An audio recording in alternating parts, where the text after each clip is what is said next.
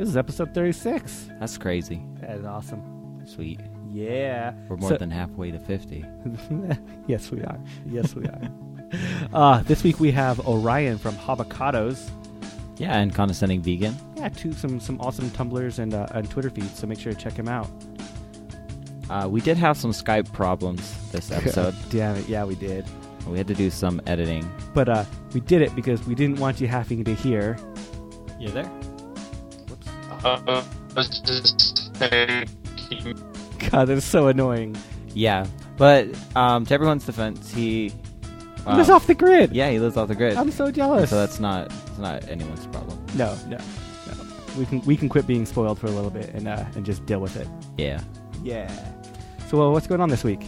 I'm not sure about this week, but we still have the game night coming up. I'm so excited for the game night. It's going to be the 27th. That's a Saturday. Yeah. The U of U. And we're going to be giving away a Which Side copy of Cards Against Humanity to the winner. Sweet. So you better show up. Better it's show gonna be up. Fun. It will be a lot of fun. And we're hoping to do a lot more giveaways soon for everybody else that can't attend. Most definitely. It's going to be fun. We also have the Which Side Rendezvous coming up on Labor Day. What's the Which Side Rendezvous? The Which Side Rendezvous is a camp out where we're going to have an undie fun run. That's it. That's it. That's all I care about. There's going to be a black flag and an undie fun run. Yeah. I just built a camping cook tripod just for the rendezvous today. Sweet. Yeah, I'm totally stoked. It's going to be fun. And got some of the supplies to make the flagpole. I'll get the rest of them probably tomorrow. Awesome. Yeah, it's going to have a lot of, a lot of fun. That's what it's going to have. Yeah, it's going to be a lot of fun. We're just going to be like a community get-together camping trip, and we'll learn things. Yeah, we'll learn things together, play games together. Just have fun. Camp songs together. Run around in our undies together. Maybe. I am. You can join me if you like. It'll happen. It will definitely happen. You can get more event information for your own community as well as ours at whichsidepodcast.com/events. Or just go to whichsidepodcast.com and click on events. It's way easier. Either way, it'll get you the same spot. So in this episode, we talked about the Ex-Vegan website that if you're unaware of, we are aware of that it was a fake now. It was a media it was a PR stunt. It was a media PR stunt, but when this recorded, it was brand new. So yeah, kind of date the episode a little bit. Yeah, it does. Not too much though. We don't record too far in the past. No, usually within the week. Yeah, usually release pretty quickly. But yeah, there's that. Totes. We just wanted to talk about sex, baby. Let's talk about you and me. Let's talk about all the good things and the bad things that may be. Let's talk about donating. Sex. Oh, donating. Yes. This shit is hard. Yeah, it is. But we just ask if you enjoy this, please consider donating $1 per episode to help fund this. Yeah. It would just help us out with hosting fees and everything else that goes into this. If it makes you feel better, I'm paying way more than $1 per episode. Yeah. Yeah. It sucks. Love it. But it's fun.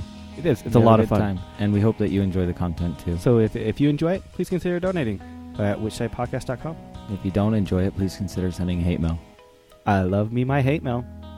Or you can review us on iTunes and send us positive reviews too. That'd be sweet.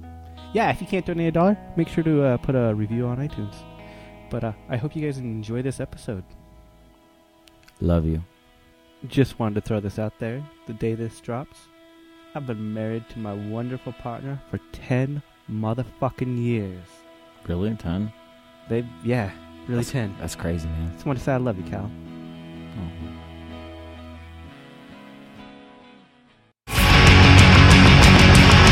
Which side are you on? Which side are you on? Which side are you on? Which side? Which side are you on? Which side are you on? Which side are you on? Which side are you on? Which side are you on?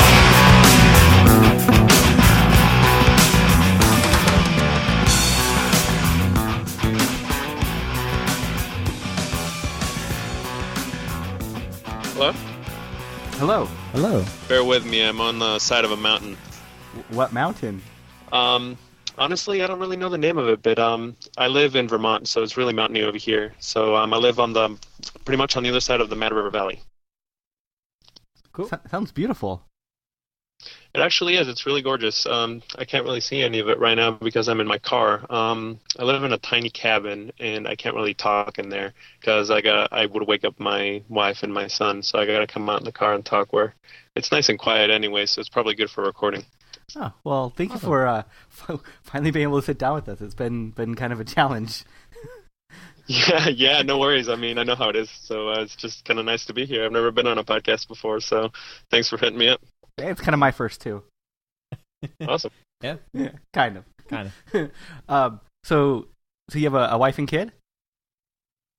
Yeah. My wife is her name is Stephanie. She's 23, and I have a 2-year-old in August, and his name is Oliver, and they are awesome. That is totally awesome. Are they both vegan also? Yeah. My wife and I went vegan together, and my kid is fed a plant-based diet, so I don't expect him to fully assimilate such a complex ideology at 2 years old. But I'm hoping that when he grows up, he can make his own decisions and kind of figure it out for himself. I'm not going to really be pushy about anything, but so far he's happy and healthy, and it's awesome. That's totally awesome. I have a 6-year-old little girl, and I am that pushy though. So. But yeah, no, she's been actually fantastic. She loves it, and it really is her choice because I can't stop her when I'm not around her. So exactly, yeah. And that's all I'm really saying. So that's really cool. A 6-year-old, has she always been vegan? Yeah, since conception. So yeah, it's had its challenges. She's in public school now. Well, she's in a charter school, but she's in school now, and there's another vegan kid in her class, which is really awesome. Really, that's interesting. Yeah. How prevalent is veganism out in Vermont? Honestly, it's really meat and potatoes out here, to be totally honest. All around me, there's lots of dairy farms. You see lots of veal crates just driving down the road.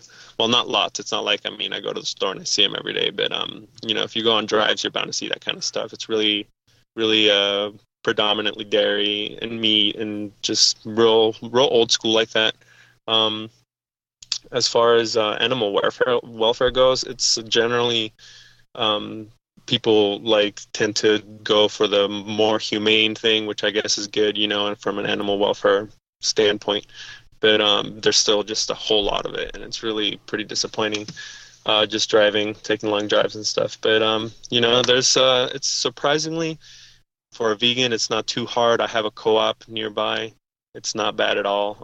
There's some little meetups and stuff like that you can go to. So there's definitely other people around. It's just a few and far between because Vermont is pretty not populated. It's a really sparsely populated state. Yeah, totally. Yeah, we get lots of mink farms out here, but that's pretty much all we don't get too much of the other animal agriculture. Mm-hmm. Yeah, you guys are in Utah, right? Yeah. Yeah, I was checking all that out, and man, that's got to be a completely different trip over there. You guys are going against all this real traditional Christian stuff, and I totally relate to a lot of that stuff too, because I was raised Catholic in Mexico until I was 15.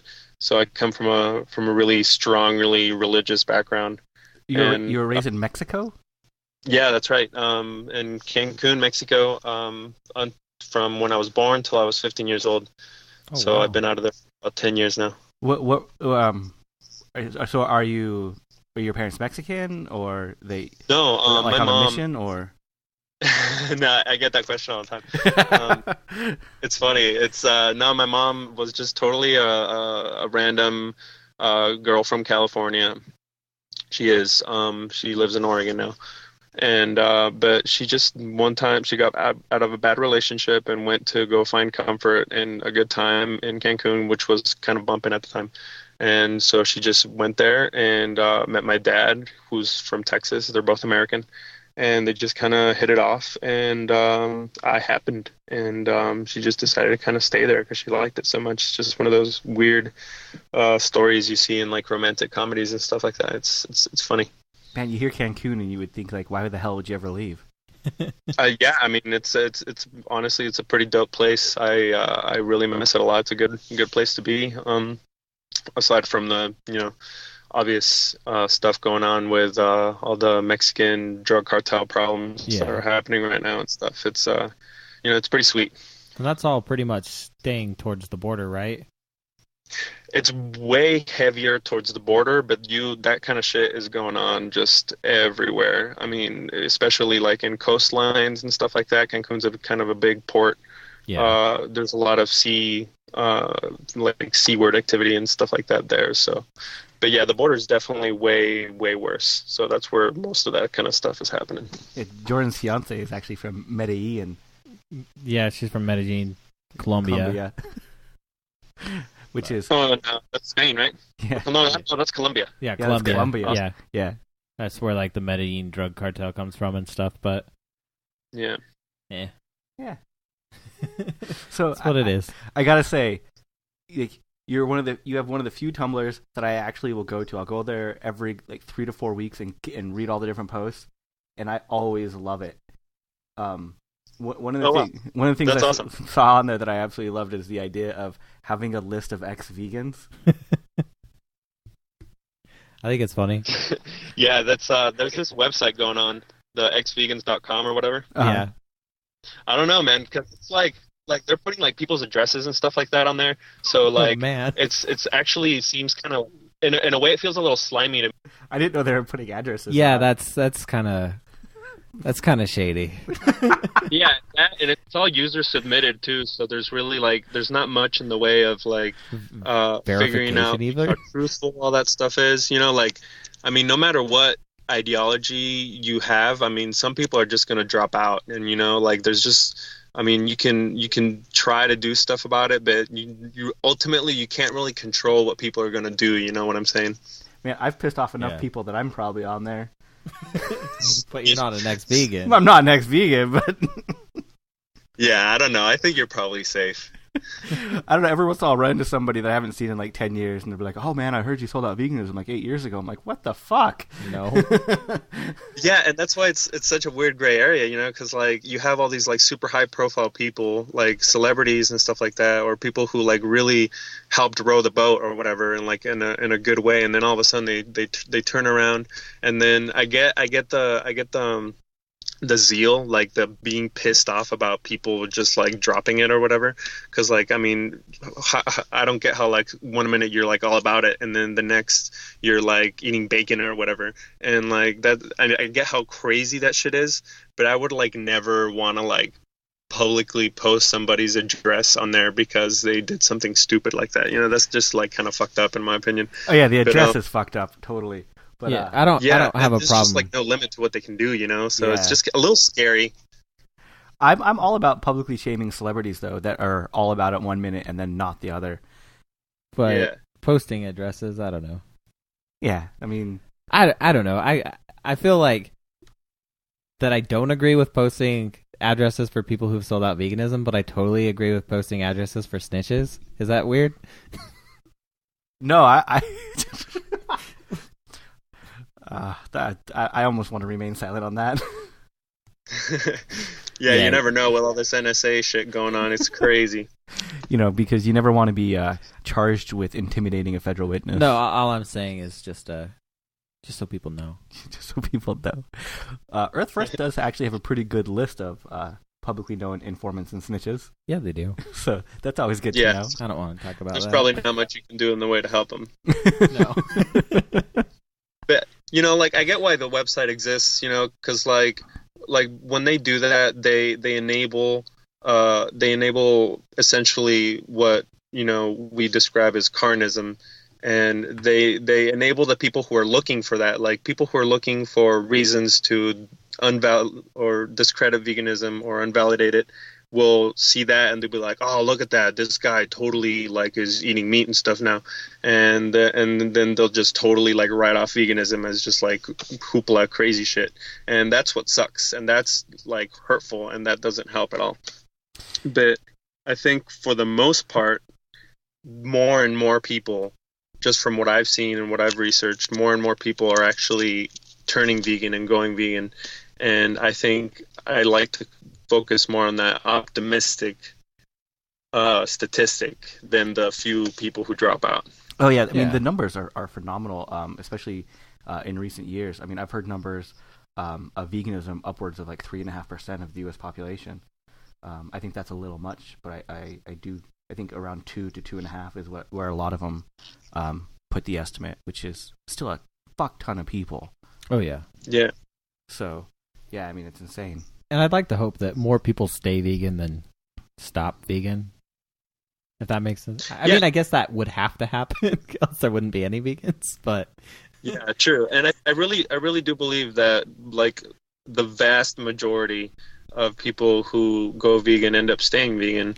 And I mean, people have the reasons, you know. I mean, I'm always down to give people the benefit of the doubt to a certain extent, because I don't really want to make assumptions about people's situations and what leads them to make the decisions they make. All I can do is to try to be, I mean, I'm not really encompassing the whole condescending vegan thing right now, because I do that as like a persona, you know. I'm not going to actually like shame people and give them actual shit. Like if it's a sarcasm tactic, it's just it's more for humor and comedy. Yeah. So yeah. You know, I've always been a huge fan of procreation just because of that.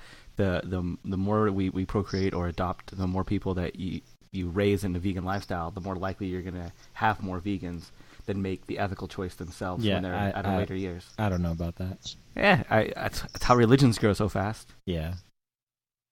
But I understand. yeah, true. I That's understand. how animals became the dominant species on Earth. yeah, I mean it's, you know, I mean I'm not saying we should go breeding and like in a breeding frenzy, but I mean if you're looking at, you know, at wanting to spread veganism, the best thing I think you can do is adopt children and raise them in that lifestyle, I can agree with that. or have your own like I did. Do you get a lot of flack for that? I get a lot of flack for actually procreating. Yeah, absolutely, and also just informing others whenever you can. And honestly, I do too, man. Like Tumblr is ruthless. Like Tumblr, I've heard people be like, "Oh, procreating's not vegan or whatever," because all these kids that need adoption and stuff. And like, I get their point. I get like the adopt, don't shop and stuff. I get that completely. It's a totally valid notion, but I think it's a little naive in a way. Sorry, my signal. You don't know, I totally agree. And like, if anyone hasn't looked into how adoption works, it's also kind of sickening. I've been going through the process lately, and it's you literally are shopping for a child. Mm-hmm. Like, it's not just, oh, you're saving a child. It's really kind of sickening how the whole process works. Yeah. Yeah, that, and I think people make assumptions about how easy it is to adopt children and how some people just can't, and how it's essentially could be Oh man, we haven't had Skype cut out this much for us ever. Yeah, it's bad. Like I have to do it for my phone because like we have limited bandwidth. Yeah. Like we live in the Goonies so far. We live off grid, so our only internet is satellite internet, and it's limited. And so I have to use my phone for shit like this. You sound a lot better now. Yeah, it's amazing. Actually, sound really good right now. Oh, okay, great. Well, I'll just keep doing what I'm doing. So how did you get living up in the Vermont in the middle of nowhere, off the grid? I've actually always wanted to do that, and I've never known the process of doing that. Well, I mean, it's just like anything else. You look for a place. You work a lot, save. Like get all the help you can get. It's really all about scoping out the right place for you and going to check it out. And it takes time, and you just like do what you can. It's different for everybody, but in our particular situation, my wife's parents were retiring, and they were kind of transitioning into a different paradigm as well, and they were really attracted to the idea of moving off grid and living with nature and stuff like that, just being a little more eco-friendly and all that. and they kind of just like let us bunk in with them because the place they got has an extra space for us, and we're just kind of chilling with them. And so as far as our situation goes, we're like pretty extremely privileged in that way that like we like got a lot of help. But it's just like any other place. If you're moving from to another apartment across town, you just go through all the steps. You find a place, you figure out how to move in there, and then you just kind of do it. That's awesome. That's totally awesome. So, how far off the grid are you? Can I ask, like, by that I mean energy, water, all that stuff? Completely 100% cut off. We live on a mountainside. We have absolutely no connection to the grid whatsoever. But we don't. It's not like we like aren't surrounded by anything. We have neighbors like a mile away. There's a town. Our town is like a 5-minute drive away. There's people all around. We do have a lot of land surrounding us, but sewage, electricity is all solar. It's all off grid. That's so What's awesome. the biggest challenge you've had with electricity going completely solar? Biggest challenge, just want to get cloudy for a while. Like whenever there's no sun, just can last for a few days or whatever. With solar systems, you usually want to keep the batteries. They're considered what's called deep cycle batteries, and so you have to keep them topped off all the time to make them last 20, 25 years. Like, however, like the more you keep them topped off, the longer they last and the better your system runs. So whenever it's cloudy for a while, it really like runs your battery down because you're running your refrigerator or freezer and stuff, like whatever you're running will run it down. And so you usually have to have like a backup source of power. So what we have is like this propane tank, and after a certain amount of charge goes on the battery, the system kicks on and charges it up and then turns off, and it just kind of keeps the batteries topped off. Oh, okay. So you have like a backup propane generator for it then. That's pretty cool. Do you guys collect rainwater by chance? No, actually, there's not even a need to. The place we live in isn't arid at all, so we don't have to collect our rain. We have a spring source, so we just tap directly into our spring source. There's creeks running all around us, so water is super abundant. You're honestly making me super jealous because me and Jordan have been talking about trying to figure out how to do this for a while now. Yeah, we just want to buy property and just grow our own food. Yeah, that's the big thing. Yeah. It's great, just from what we've been doing. We did it last year, and it's really awesome. It's a little scary in some ways. It's definitely a transition. In a lot of ways, we're still very much our cosmopolitan little spoiled brats or whatever. But it's a transition where you kind of just gradually learn new things and unlearn a lot of things, and it just takes a lot of growing and adapting, and you just gotta do it, I guess. How does veganism come into play with that? Like, are you growing your own food mostly, or are you still having to travel to do a lot of shopping? Yeah, that's definitely a goal. We have a garden and we grow a lot of food, and since we've never lived in an area like this with such pronounced seasons, it's still all really new to us, so we're taking little baby steps here and there. But yeah, as far as shopping goes, we pretty much mostly live by just going to the store like everybody else. But we do have a sizable garden, and we're growing all kinds of lettuce, spinach, cilantro, onions, kale, like a few different kinds of kale, broccoli, zucchini, melon, and we have a strawberry patch and a whole bunch of apple trees. And so for now, we're really just trying to acquaint ourselves with like the area and what grows around here. And like, it's just so much information. It's just insane, for somebody who's never, who didn't grow up with this kind of stuff, just trying to learn everything from scratch is like, it's just so much stuff, Have you ever thought about growing winter kale? Yeah, that's actually, it's what we've got. It's a really cold hardy plant. It's it's our options are pretty limited as far as what grows out here. Mhm. So yeah, that's definitely one of them, and it was already growing here when we got here. Oh, that's awesome. Yeah. I love Yeah, winter. it's so phenomenal. We love it. Making kale chips and stuff is one of our favorite things to do. Good. That just makes me hungry. You're just making me jealous. Well, don't be jealous, man. Just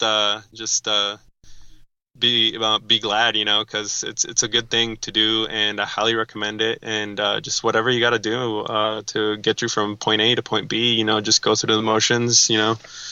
Take one little step at a time, and before you know it, you'll be there. Oh, yeah. The first step is convincing my wife that it's a good thing, and that's probably the hardest step. Shit, man. If she ever wants to talk to my wife and get a little encouragement, I mean, I'm sure she'll have some nice things to say. But it's been great, for the most part. It's been really rewarding. It's just really nice. It's nice and quiet. Feels good. I take my son out for walks, and it's just us in the woods, and it's just so fun, and learning about the plants and like the edibles and stuff. I've been really looking into all the wild edibles, and just going on walks and just literally picking shit here and there, and you just eat it, and it's just insane because why isn't this something everybody does? Why doesn't everybody know what the fuck you can eat? Just straight up walk up to and eat, and it's good for you and good, and it's really fun. I really wish more people did it. The hard thing for us is everywhere we look around us, you could actually go off the grid, it's desert. And so you just immediately run into huge water issues, whether or not there is a place where you can drill a well. Even if there is, whether or not you can have water rights to that well, and those are the big issues that we have. And and that's what makes me just want to leave Utah, because why the fuck are we living in a desert? Yeah, totally. That's a perfectly good question, man. It's something I wonder myself, like the Inuit, and why would people live in such a inhospitable place is totally besides me. I don't get why people want to live in places that are really hard to live in. But with arid climates, there's solutions as far as going off grid. I don't know if you guys have heard of earth ships. No. Mm-mm. Earth ships are, we used to live in Texas, so we did a little bit of research as to how we would live in a place like that. And basically an earth ship is this really long structure. It looks kind of like the long piece in Tetris. It's a really long rectangle, and it's basically south-facing. So you get this thing that basically catches all the sun, and you usually build these massive tanks of water, holding tanks, behind the structure, and you cover it in dirt. So whenever the sun comes in through the windows in the winter, it warms that water and has all that heat momentum. And in the winter, it keeps you warm, and then it helps you regulate your temperature in the summer. So it's the best off-grid solution for dry climates. And it's usually those water tanks will hold all your rain, and will hold all the rain you can consume. And it's I'd look it up. Earth ships, they're freaking awesome. I've actually seen one. I visited one here in Vermont, which was totally inappropriate for this climate, but it was pretty sweet to look at. What a problem that we do run into is that we have such distinct weather. We have super cold, snowy seasons, and then super dry summers. Yeah, and I don't know how that would play out with that. Because you're the only expert we know on this subject. Yeah. Well, trust me, I am no expert by any stretch of the imagination. I'm only conveying what I've learned through my Googling and stuff. I'm very much still an amateur. But yeah, I mean, I don't know what would work for you guys. It'd be a matter of just checking it out. There's literally dozens of different construction styles you can try. One that we're really into is straw bale construction, and it was really famous, really prominent back in the day. I don't know if you guys have heard of it. Straw bale construction. Yeah, I have. Yeah. I looked into sandbag construction too. Mm-hmm. That works too. There's really all kinds of good stuff, good options for every type of climate. It just takes a bit of research. The other problem we run into with water here is that you're not legally allowed to collect rainwater for consumption. You're only allowed to collect rainwater for watering. And only crops. a certain amount. Yeah, a it's certain only amount. a certain, like, it's only like 100 gallons per acre. Wow, that's a pretty draconian law. Yeah, it's absolutely Yeah. insane. So, like, every time we're looking at it and we're like, okay, maybe we should take this area seriously, it's like, okay, how the fuck do we steal water? Like, that's Yeah. the first thing we're always looking at. Like, there's no way to do it. Yeah, And you know that most of the farmers out here are stealing water. They have to. they have to be. Yeah.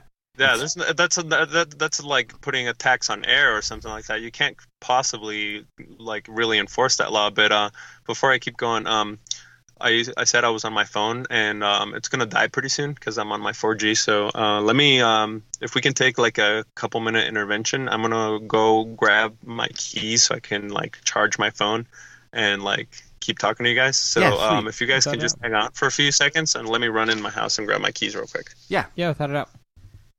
All right, cool. See you in a bit.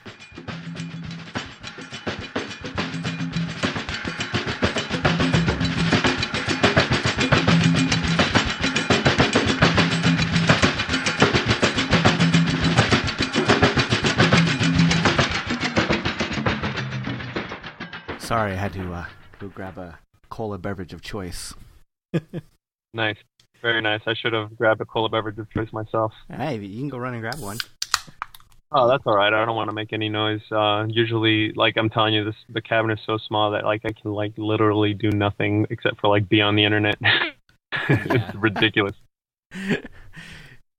So It's sacrifices, but I'd be down. Yeah, and it's only temporary. We're living in in our and her parents'. It's like the spare little tiny cabin that is attached to their house. Yeah. So it's like this little old.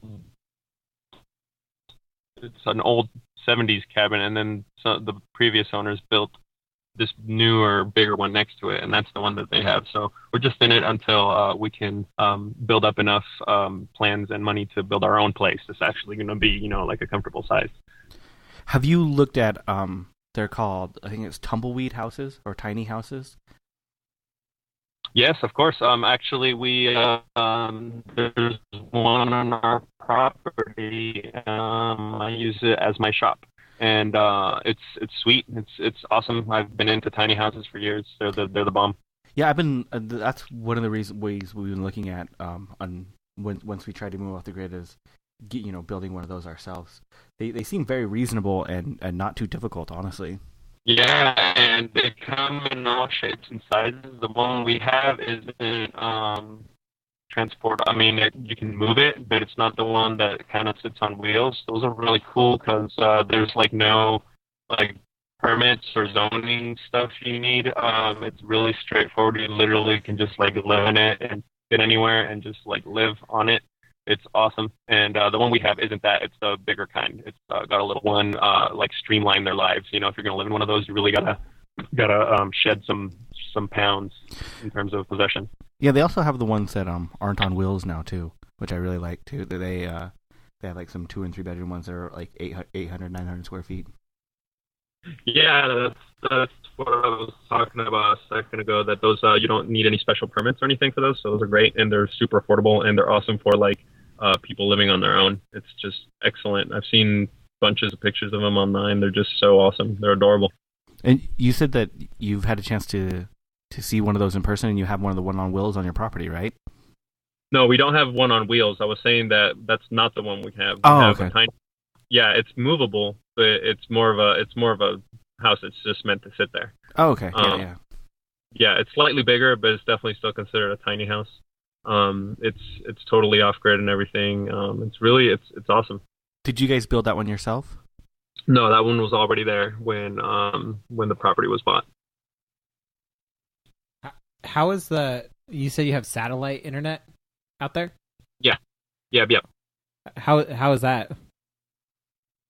It's really shitty, to be completely honest. I mean, it was terrible because like I would go through like hundreds of gigs every month, and now we have like a 15 gig cap, and it's just gnarly, The silver lining is that between midnight and 5 a.m. you get to it's free. There's no limit or anything. So Ooh, okay. if I have any big shit to download, I can just wait till midnight and download it. But that usually ends up in me losing my most precious, which is sleep. So that's when you started torrenting, is at midnight. That's when I would be designing. Exactly. Yeah, I could. Yeah. That's how I was. I'm training graphic design and illustration, so that used to be my usual hours. So I'm a total nut. Yeah. That Yeah, just that all changed makes- ahead of time. That's when I would be doing it for sure. Yeah. So it's not too bad. It's definitely pretty decent. It's like I said, it's fast. It's really expensive. It's like $100 a month for like 15 gigs. So Damn. and it's the only option. Yeah, it's gnarly. You're not having to rely on any other property, rent, anything like that. You own the place, right? Yeah, I don't, but Stephanie's parents do. That's my wife. Her parents own it, and we just like live on it. One of my dreams is to get, somewhere between like 10 and 20 acres and get, a good 10 to 20 vegan families together and, each have their own plot of land and have like a communal shared like garden. Not like a commune or anything because that's a little too hippie for me, but just, right. A good, neighborhood basically is what it would be. Mm-hmm. It's always been a huge like dream of mine. That's super funny you mentioned that actually because just for the last few days, my wife and I have really been starting to talk about that kind of stuff, and it's really a super close dream for us as well to unite a vegan community here, and eventually just kind of have this whole like sprawling little like neighborhood, like you said, with like everybody doing their shit and pitching in, and just kind of like within a certain amount of time, just like trying to break off from this fucking slave system that we've been made to that we've been born into. So essentially just like eventually like breaking up for money as close to completely as possible and just kind of having our own little economy and just growing everything we need and like having an animal sanctuary as well. Like it's just all pretty to tell you like how much I've really looked into this was like I've actually looked into how you set up a credit union inside communities and how you get access to the Federal Reserve Bank and how do you really get completely away from the economic system that would be traditional. It actually is not as hard as people think. Yeah, I wouldn't think it would be. I think the hardest part would just be the actually, uniting the people themselves and just the waiting and the patience and like the work of putting that kind of whole thing together. It would take such a long time. It's one of those things that's just one of those lifelong projects, Yeah, I mean, once you get 2 or 3 families together, you just slowly build it from that point. Yeah, I think it's a fantastic idea. I think really that's really a way that veganism is going to flourish, especially with all the crazy shit that's going on right now. Mm-hmm. I think more and more we're going to start seeing stuff like this of people just kind of breaking off and like learning how to do their shit on their own. And I just think it's something I would encourage, no matter what your belief system is. If people are gonna be off grid and like still have animals and shit, I'd prefer them do that than still like abuse animals and live on the grid. At least they're doing one thing.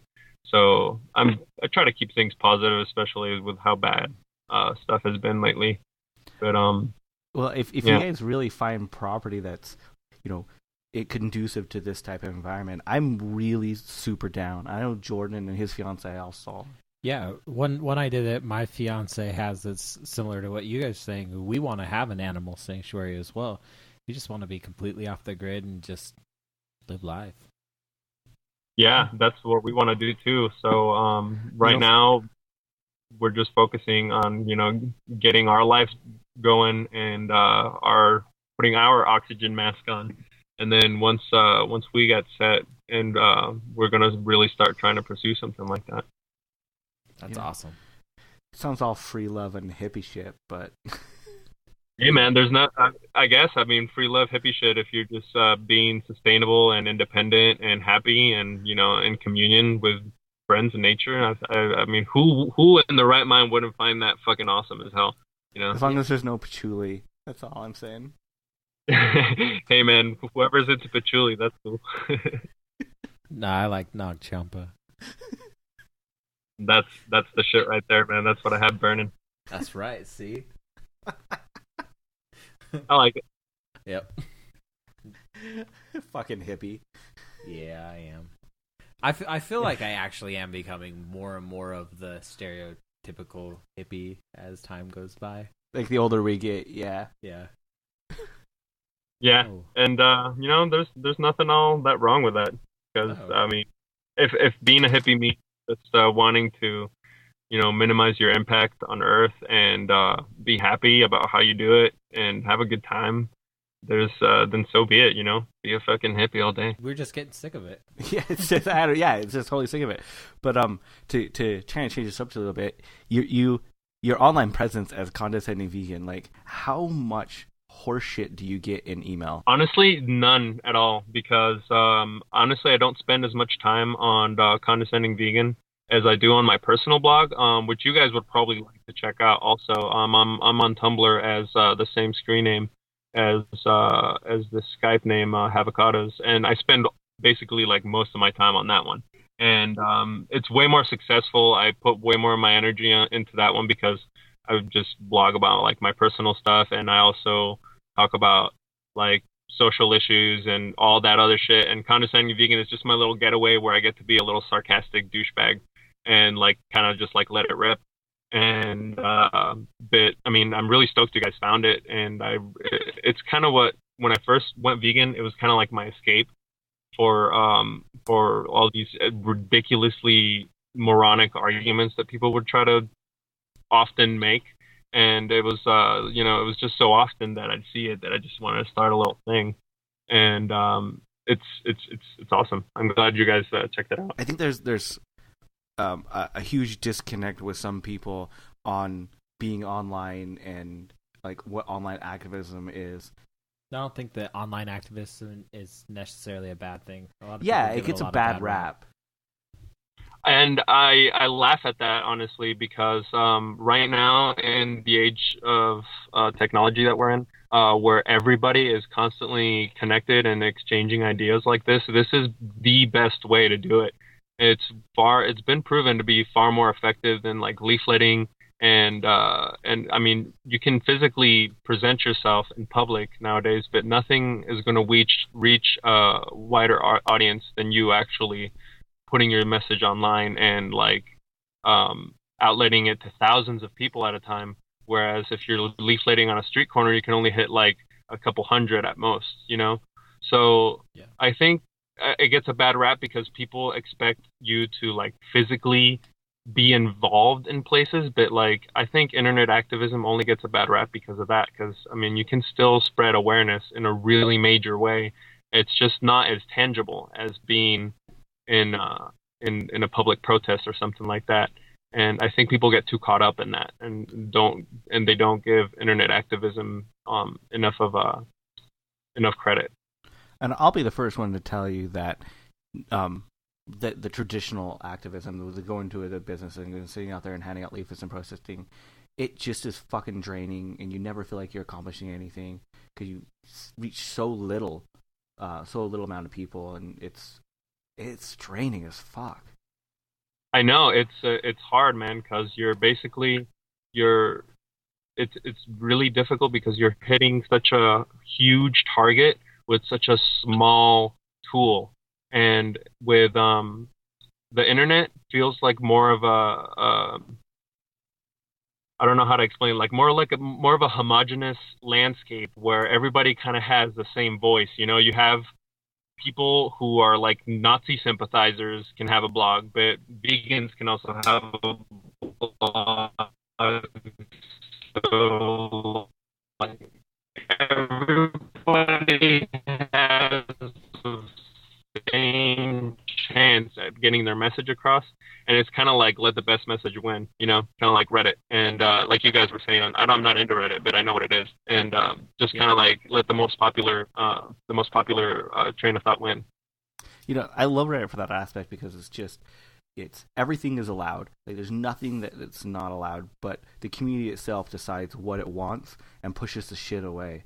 And that's really how I would want to live in my own community.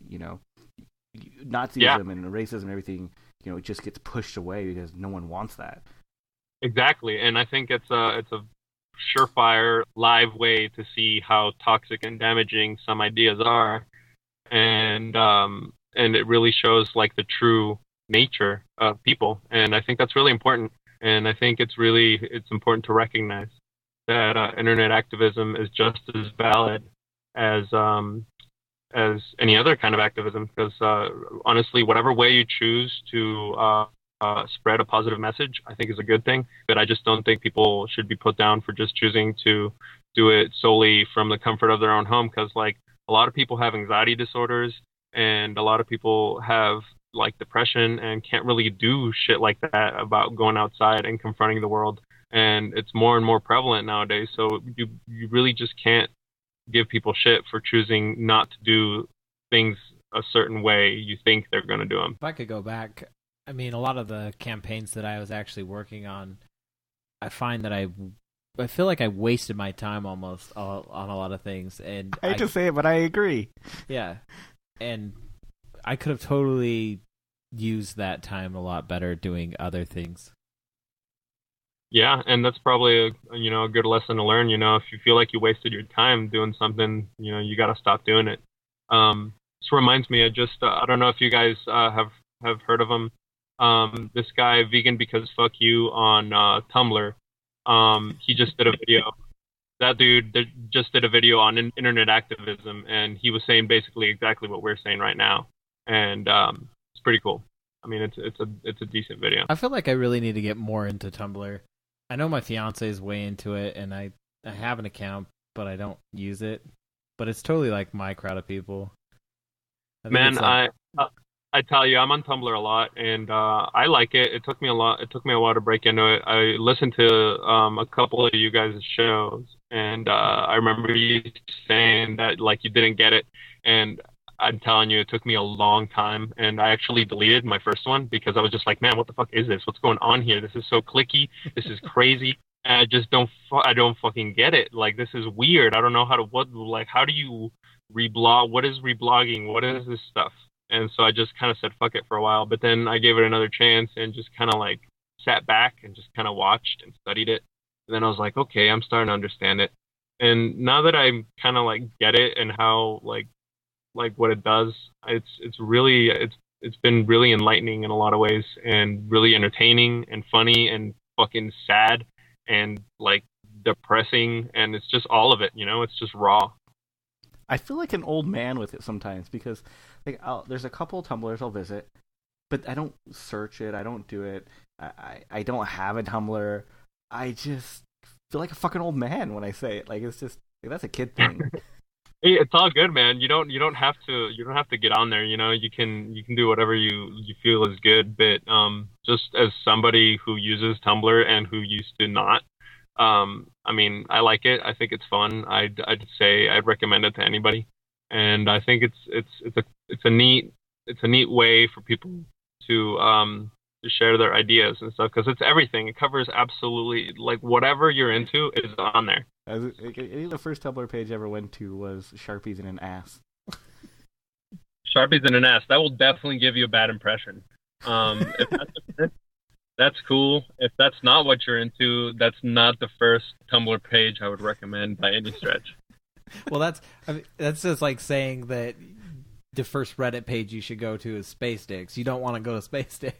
That was my first Reddit page. Yeah, you wanna sell Reddit. You don't wanna crap on it. So. Yeah, send him to Gone Wild, right? Yeah. What's your problem with going to like bad pages to you just want to get a bad idea of the entire community?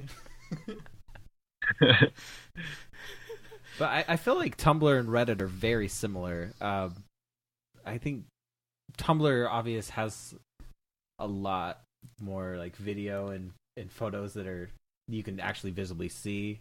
Reddit has them, but the interface is just a lot different. Yeah, I love from somebody who's not into Reddit at all. I've seen it and I visited it a few times. Like, I really like their thing. It's really simple. It's like it gives me the same feeling Craigslist does, of like fucking like shaker style, simple, like just let the content speak for itself type of thing. Yeah. Kind of like what 4chan is, I guess. And yeah, it's like 4chan but better, way better. Right, yeah, and I'm not into 4chan either. So I like it. I just kind of know what it is, sort of, just from an outsider point of view. But I get that same feeling, like real simple, basic coding, nothing fancy. And Tumblr definitely has all that fancy, schmancy media going on. Which the gifs, dude, the gifs are really like what make it. Gifs, the GIF Yeah. culture there, is redonkulous. And Reddit has that same GIF culture. It's just you don't see them unless you click the links.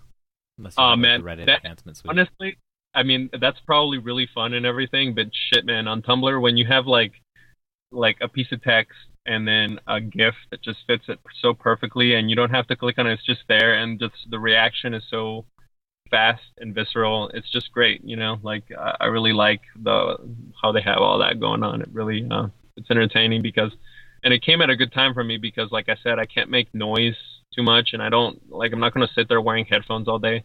So like, like when my son is sleeping and stuff like that, or when I'm up after he's gone to sleep, I'll just get on Tumblr, and it's mostly GIFs and stuff, so I can just look at those, and they have the subtitles and stuff, so it's just like it's a good way for me to be entertained. I think just as a way for you to get into Reddit, I think you should go to like a GIF subreddit, and if you get like the Reddit enhancement suite, that would that actually shows the pictures instead of you having to click on the links, and it's like a plugin that goes to your browser, and it makes it a lot better, and you just be laughing all day long.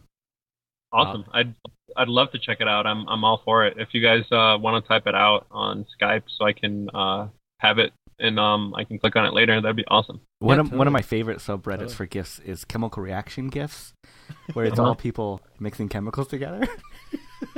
Just seen a lot of that kind of stuff, like the fucking like the crazy creature crawling out of the ground or whatever, where it's who knows what the hell, but it's like looks like literally a demon is fucking crawling out of like lava in the ground, and it's the scariest shit. But what's awesome about Reddit is someone will post a gift, and then someone else will post the formula of how to do it. Fuck. That's a slippery slope, dude. Yeah. But a fun slope. Shit. Yeah, this weekend, I taught my nephews who are 9 and 8 how to mix hydrogen peroxide yeast and acetone together to make loud booms. Oh yeah. Yeah. To make what? Loud booms. Loud booms, or a bomb if you contain it. Oh yeah, I used to do that stuff with my friends growing up, and that shit is gnarly. Super dangerous, and it's really fucked up how a lot of people like will stick them in mailboxes and stuff and blow people's arms off. Yeah. Aside from malicious use, I think that shit's fun as hell. It's totally fun. I was the crazy kid who did all that, and then I got lit on fire because of it. Yeah. Yeah, one time I almost burned my house down. I lit my closet on fire when I was like 6 years old or something. I was a total little pyromaniac. How did you light your closet on fire? Shit, I hardly remember. All I remember was scrambling to put it down. My stupid ass thought it would be a good idea to run downstairs and just bring a cup of water at a time to like douse it. And of course that didn't do it. So like my uncle was there and he smelled it. So he literally ended up grabbing like some box of toys or some shit that was on fire, and he just like had to throw everything in the shower.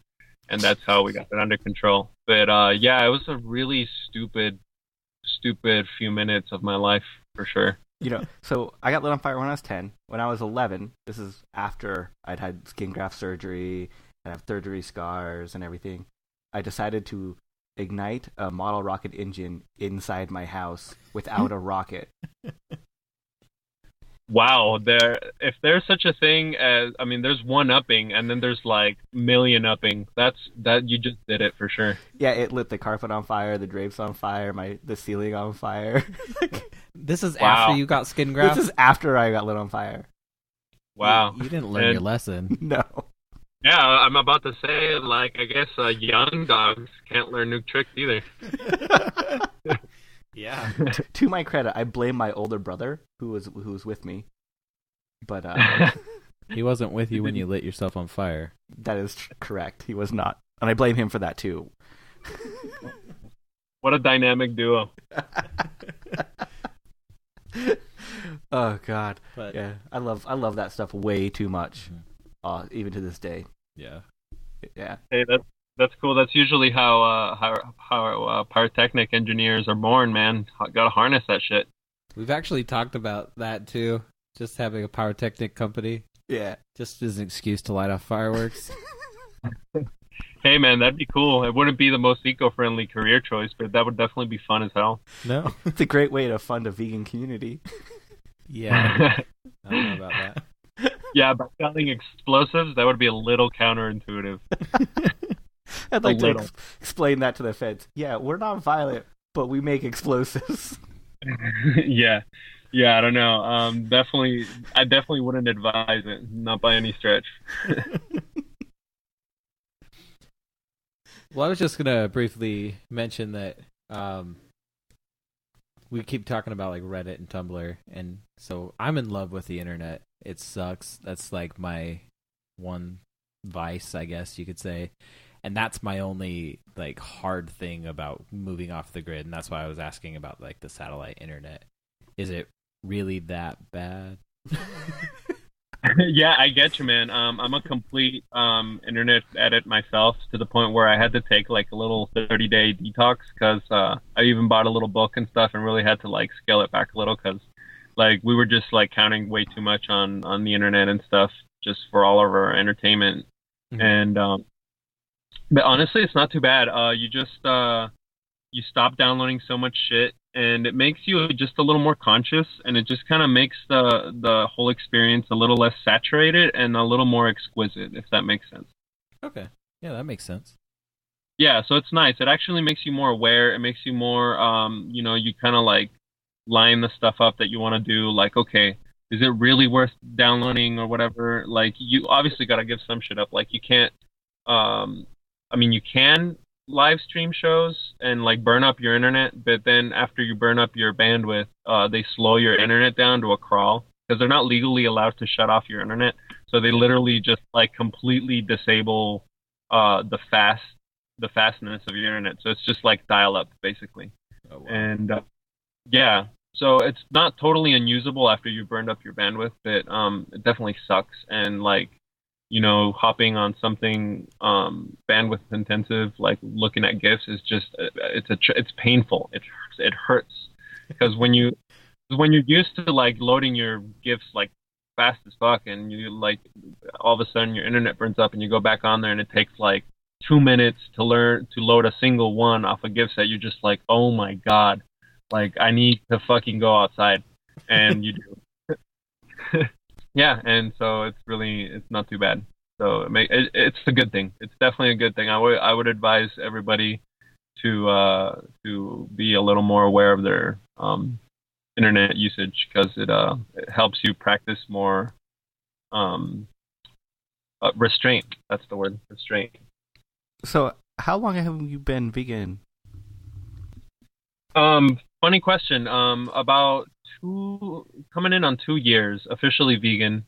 And then before that, I was eating meat for a couple of years after ending my lousy 5-year run as a vegetarian. When I was 15 and first left Cancun, I had seen a video of pitas, that Meet Your Meat video. I don't know if you guys have seen it. It's pretty pretty popular. Yeah, everyone's seen it. And so that one really got me to go vegetarian pretty much overnight. I was just like, well, this is completely fucked. And so I just did that, and I did that for 5 years through high school. And then after high school, I was just kind of like, I was working, and I was living in a house full of people who weren't vegetarian or vegan at all. Like, I would have tried to go vegan here and there, living where I was. I was living in a small town in Florida where that was like totally not conducive to being vegetarian or vegan at all. And after I moved away from there and I moved to Orlando, Florida, I had kind of a low point, and like I just like did not have a support system, didn't know anybody else who was like me, and I just like gave in. I just like started eating meat again, and it was terrible, and I just kind of stopped giving a shit for like a good couple years, and I never knew anything about like dairy and eggs and how like all that stuff is bullshit. That's where the lousy vegetarian part comes in, where I thought I was being an ethical vegetarian, but I just totally like had no fucking idea. And so after a couple of years of that, I had already met my now wife. We were dating, and we saw Forks Over Knives, and that was like, wow, that's just crazy. And then we also saw Gary Yourofsky's speech, the Okay. best speech I've heard. Have you guys seen that one? Yeah, definitely. I think that one's a And very valuable one. that one for both of us, like for me, it made something click that just had never really clicked before, and I was just like, holy fuck. And so like everything that I knew like got reawakened, and then all this other shit about like the thing that really hit me was that I had no idea that veal was a byproduct of dairy, and that was a huge one because I had just had my son, and to me that just like instinctively just hit a major nerve. And I was just like, that's just fucking absurd. And like ever since, it's just been like ever since we finally committed to being vegan, it's been no problem. It's been not hard at all. Yeah, I think a lot of people are intimidated, but once you do it, it just becomes habit, and it's healthy and good for you. So, best of both worlds. Yeah. Yeah. Like it's no harder for me to be vegan now than it is to randomly punch kids in the face walking down the street. Like it's not difficult for people to do things they find morally reprehensible. Yeah, I heard that completely wrong. I heard it's really easy for you to punch kids in the face, just like it's easy to be vegan. There you go. I mean, that's I had to process it for a second. Like, is that what he really just said? It's like I said, like it's you can't you can't do something and feel good about it if you find it morally reprehensible. It's an oxymoron, like because people often say like oh, it must be so hard for you, like it must take so much restraint, like this has got to be so difficult or whatever. It's just like, really, it's not, because like it's fucked up, and I don't want to do things that are fucked up. It's that simple. Yeah. One thing with Gary's video is, at first I had a really hard time with it. I've learned to love it now. I think it's a really good, valuable video for people. But his voice sounded very condescending. Go figure. Totally. And I totally know exactly what you're talking about. That was one of the things that rubbed me the wrong way about his voice. Just his demeanor wasn't something I was a fan of. He seemed like I don't know. It didn't click right for me. But his message still got through to me. I was just like, man, this is such a good video, but I don't like how he carries himself for some reason. It was just a totally irrational, personal opinion. But luckily, it didn't get in the way of me listening to what he had to say, which was totally fucking life changing for me. I always took it as a video meant for like the bros or like the jocks or the people who are that kind of ultra masculine. It's like, where he's, not being that meek and mild and being, that very, I'm strong, I'm empowering, and I'm not going to be intimidated. And he's sure of himself. Okay. That's how I always I took can it. see that. Not that that's what it's directed towards. No, not at all. It's just I felt the same way when I read it, watched it. Yeah, he's most certainly displaying a type of swagger that, yeah, he's given a speech at a college, so he's definitely got like that type of swagger where he's trying to appeal to these kids. And so I totally get what you're talking about there. My favorite part of the whole speech is go kill a squirrel with your bare hands and eat it. yeah, exactly. I actually on condescending vegan, that was one of my first tweets that really like blew up. I know, it's just so ridiculous. The people shit conjure up is just funny. And after being on Tumblr for a while, and people who go on the vegan tag and post the same thing over and over again, it's just become a complete like stereotype. It's like a hive mind, and everybody has these like pre-programmed responses, and everybody who posts them think they're like the first one to come up with it. And it's just like, you're silly. You are a silly person, and this is something that is not funny or original. So it's just like, stop. You're just embarrassing yourself here. Like, go home, go to sleep. Yeah, like you just had a recent one on cannibalism, right? Yeah, I believe so. I mean, it's been a couple weeks since I've been on there. So, which one are you referring to? I'm sure I made a couple. I just remember reading, like it was a couple different posts about people just going on about cannibalism and veganism and voluntary cannibalism, Yeah, of course. I was talking about how I actually have more respect for tribal cannibalistic cultures because they have a concept of transient energy or whatever the hell they believe in, and they actually hold consuming each other sacred. And fuck, dude, like people do not have that kind of reverence for their food anymore. You know, like people buy their meat off meat shelves, and the closest the reverence people have is going in the woods and shooting animals themselves, which is totally like unfair and disconnected. And people are like, oh, but like Native Americans and stuff. It's like, dude, Native Americans would go out there and they would like pray for the animal they just killed. And like it was a deeply sacred spiritual thing. Like they appreciated the fact that they were taking a life because they needed to. And it's a totally different thing than that people are appropriating nowadays. They And needed it's to just, because we burned all their crops. yeah, it's absurd. It's just, Well, it's what a lot of people don't realize is a lot of those indigenous cultures were a lot more plant-based than animal-based, even, because it was more. It's more useful to get the plants and than the animals. Not that they didn't, but it wasn't as prevalent as a lot of people think. Yeah, absolutely. That's 100% true. Just from everything I've read, is that more primitive cultures always relied more on foraging and harvesting and more plants, and their dependence on animal foods was way more necessary in the winter, where you can't really grow stuff, Yeah, in yeah. the more harsh climates, and what people are just like clinging desperately to that old paradigm because they're addicted to a habit and it's tradition, and there's like all these other reasons. It's just a really convoluted thing.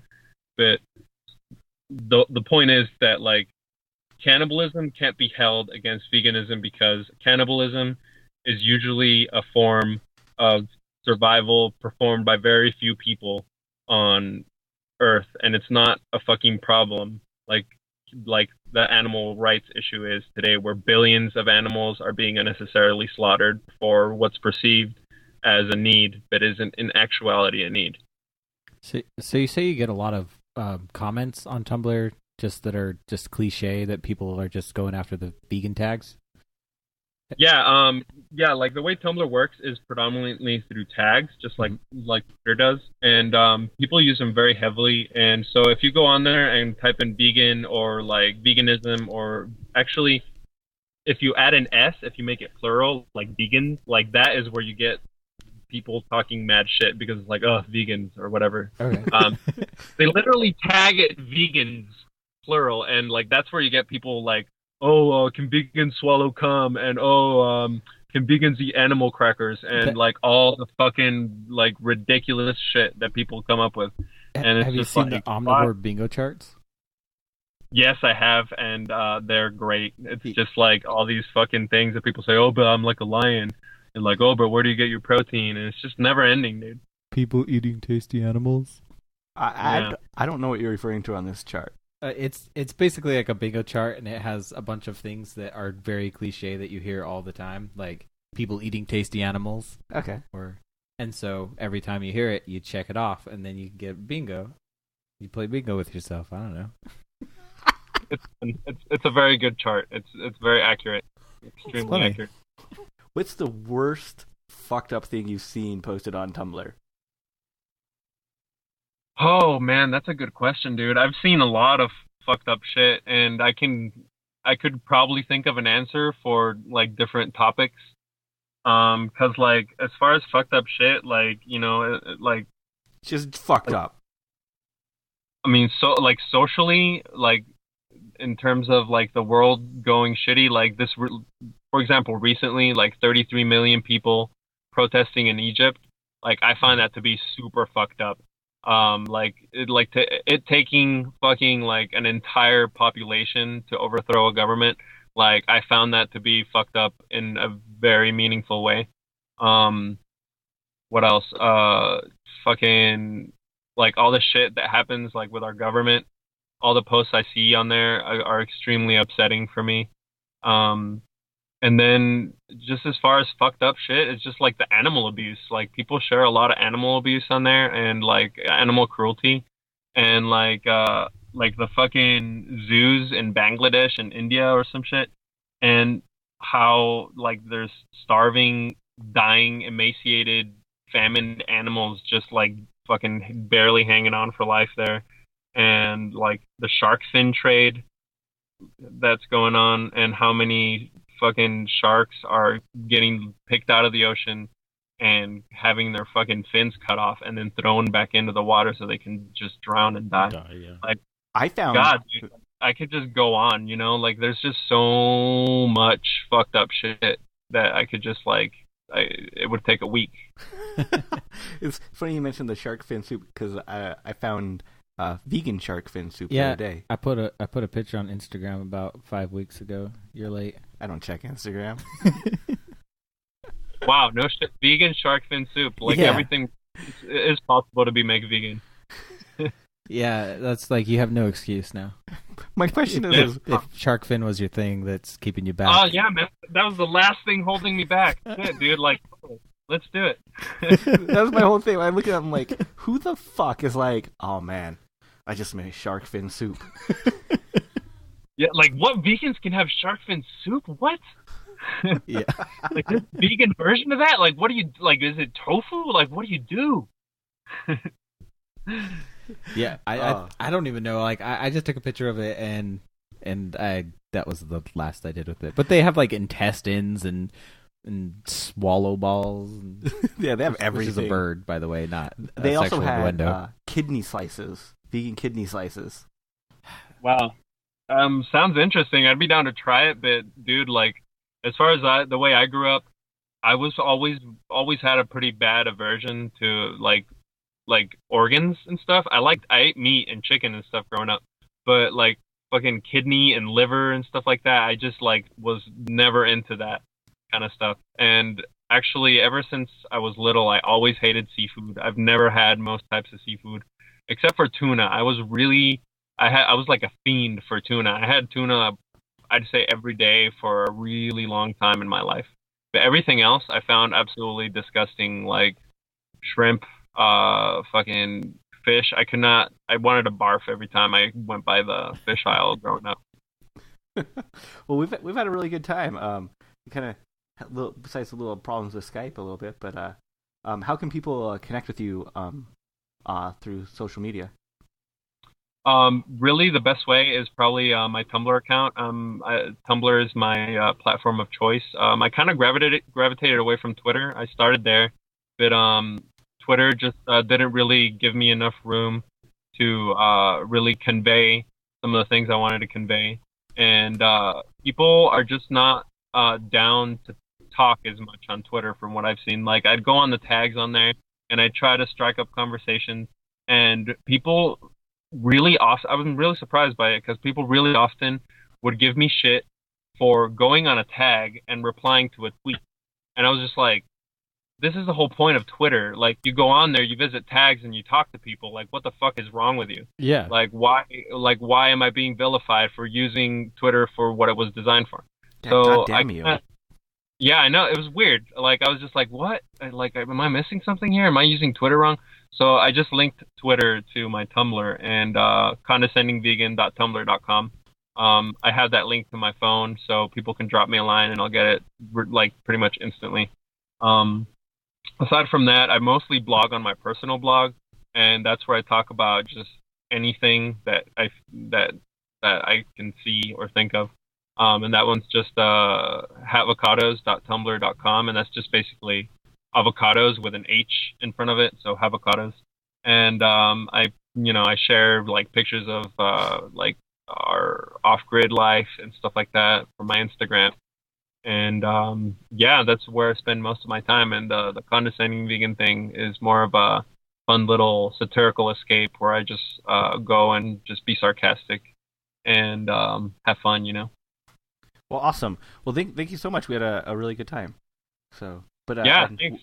We'll let you know when this one goes up. When is this one going up, Jordan? Probably next Sunday. Yeah.